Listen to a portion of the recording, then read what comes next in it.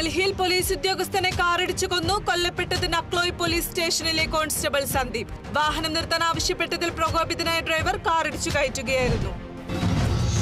മലപ്പുറം എടപ്പാളിൽ പ്രാർത്ഥനകളുടെ നിറവിൽ നടുവട്ടം ഉറൂസിന് സമാപ്തി. സമൂഹ സിയാറത്തോടെ തുടങ്ങിയ ഉറൂസ് മുബാറക്കിൽ നൂറുകണക്കിന് വിശ്വാസികൾ പങ്കെടുത്തു. പ്രാർത്ഥനയ്ക്ക് കക്കിടിപ്പുറം സ്വാലിഹ് മുസ്ലിയാർ നേതൃത്വം നൽകി.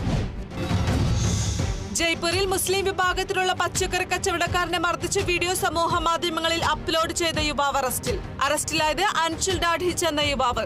ജയ്പൂരിലെ ബ്രഹ്മപൂരിൽ വെച്ചായിരുന്നു ഷാറൂസ് എന്ന കച്ചവടക്കാരനു നേരെ അതിക്രമം നടന്നത്.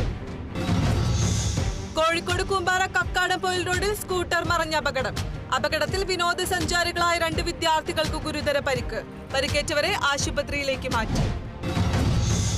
നീലേശ്വരം സർവീസ് സഹകരണ ബാങ്കിൽ മുക്കുപണ്ടം പണയപ്പെടുത്തി തട്ടിപ്പ് നടത്തിയ 3 പേർക്കെതിരെ പോലീസ് കേസെടുത്തു. നീലേശ്വരം പോലീസ് കേസെടുത്തത് KV സുമേഷ്, P രാജേഷ് എന്നിവർക്കെതിരെ.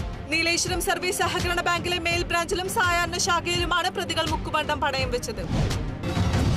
തൃശൂർ പാടൂരിൽ അലീമുൽ ഇസ്ലാം ഹയർ സെക്കൻഡറി സ്കൂളിൽ പൂർവ്വ വിദ്യാർത്ഥി സംഗമം നടന്നു. 1979 സ്ഥാപിതമായ സ്കൂളിൽ 2024 വരെ സർവീസിൽ നിന്ന് വിരമിച്ച അധ്യാപിക അനധ്യാപകരുടെ പൂർവ്വ സംഗമമാണ് നടന്നത്. US പ്രസിഡന്റ് സ്ഥാനാർത്ഥിയും നിലവിലെ വൈസ് പ്രസിഡന്റുമായ കമല ഹാരിസിനെതിരെ അധിക്ഷേപം ആവർത്തിച്ച് ഡൊണാൾഡ് ട്രംപ്. മാനസിക വെല്ലുവിളി നേരിടുന്നയാളാണ് കമലയെന്നായിരുന്നു ട്രംപിന്റെ പരാമർശം. വിസ്കോസിനിൽ നടന്ന തിരഞ്ഞെടുപ്പ് പരിപാടിയിലാണ് ട്രംപിന്റെ പരാമർശം. പാലക്കാടിൽ വെബ്സൈറ്റുകൾ റിവ്യൂ ചെയ്ത് പണം സമ്പാദിക്കാമെന്ന പേരിൽ യുവതിയിൽ നിന്ന് പണം തട്ടിയ സംഘം പിടിയിലായത് പാലക്കാട് സ്വദേശികളായ ബിൻഷാദ്, ഷമീൽ, സിനാസ് എന്നിവർ. കോടതിയിൽ ഹാജരാക്കിയ പ്രതികളെ റിമാൻഡ് ചെയ്തു. കൊല്ലം മൈനാഗപ്പള്ളിയിൽ സ്കൂട്ടർ യാത്രക്കാരിയെ കാർ കയറ്റി കൊലപ്പെടുത്തിയ കേസിൽ 2ാം പ്രതി ഡോക്ടർ ശ്രീകുട്ടിയുടെ ജാമ്യാപേക്ഷയിൽ വാദം പൂർത്തിയായി. ജില്ലാ സെഷൻസ് കോടതി ജാമ്യാപേക്ഷയിൽ നാളെ വിധി പറയും. കേസിൽ പ്രേരണാ കുറ്റമാണ് പ്രതിക്കെതിരെ ചുമത്തിയിട്ടുള്ളത്. കോട്ടയം ഞീഴൂർ ഗ്രാമപഞ്ചായത്ത് ഹെൽത്ത് ആൻഡ് വെൽനസ് സെന്ററിന്റെ ശിലാസ്ഥാപനം ഉദ്ഘാടനം നടന്നു. ചടങ്ങ് സഹകരണ രജിസ്ട്രേഷൻ മന്ത്രി VN വാസവൻ ഉദ്ഘാടനം ചെയ്തു. ആഗോള പരിപാലന രംഗത്ത് കേരളം ആഗോള മാതൃക സൃഷ്ടിച്ചുകൊണ്ടാണ് മുന്നോട്ട് പോകുന്നതെന്ന് VN വാസവൻ പറഞ്ഞു.